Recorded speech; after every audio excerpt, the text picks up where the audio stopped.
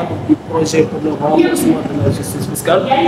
Qu'est-ce qui explique les cibles que vous avez choisies, c'est-à-dire les apprenants de manière générale? Birahim Seck, coordinateur général du Forum civil.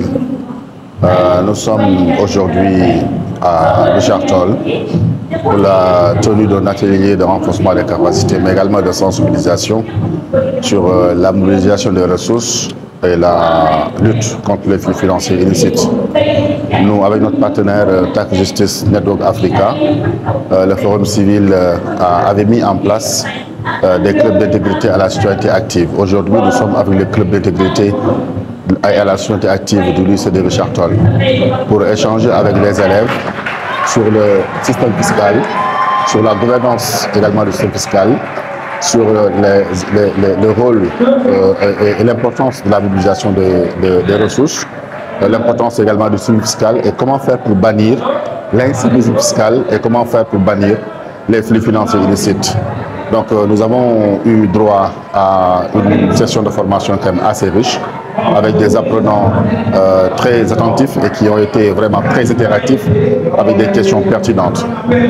Cette formation d'aujourd'hui est une série qu'on a débutée depuis Bakel, en passant par Goudomp, Bounkiling et Sédhiou. Et aujourd'hui, nous sommes à Richard Toll, après avoir fait une formation, bien sûr, une session de formation hier au niveau de Podor. Et c'est une première phase que nous comptons perpétuer sur l'ensemble des départements du Sénégal, bien sûr avec l'appui de notre partenaire technique Tax Justice Network Africa.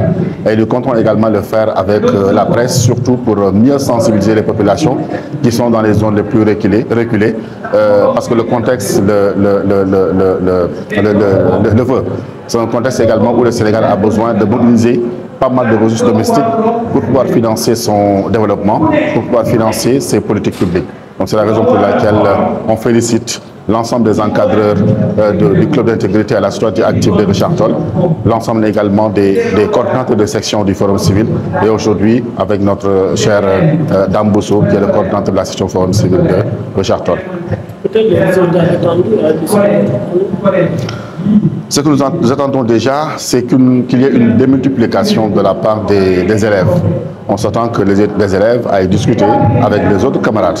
Mais aussi, nous allons revenir avec le coordinateur de la section d'Ambosso pour démultiplier les clubs d'intégrité à la citoyenneté active au niveau de tout le département de Dagana. Comme également nous l'avons demandé à nos sections de Podor, de Bounkiling, mais également de Bakel.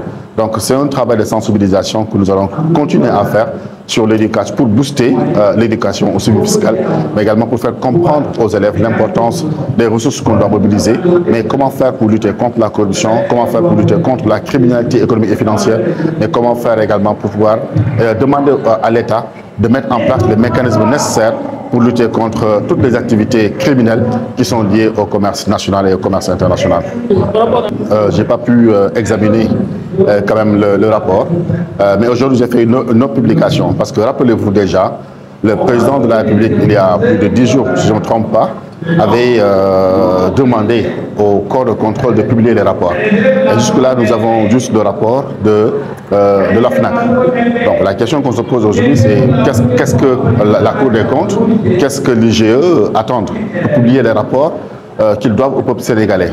Ce sont des responsables et la parole présidentielle également est sacrée.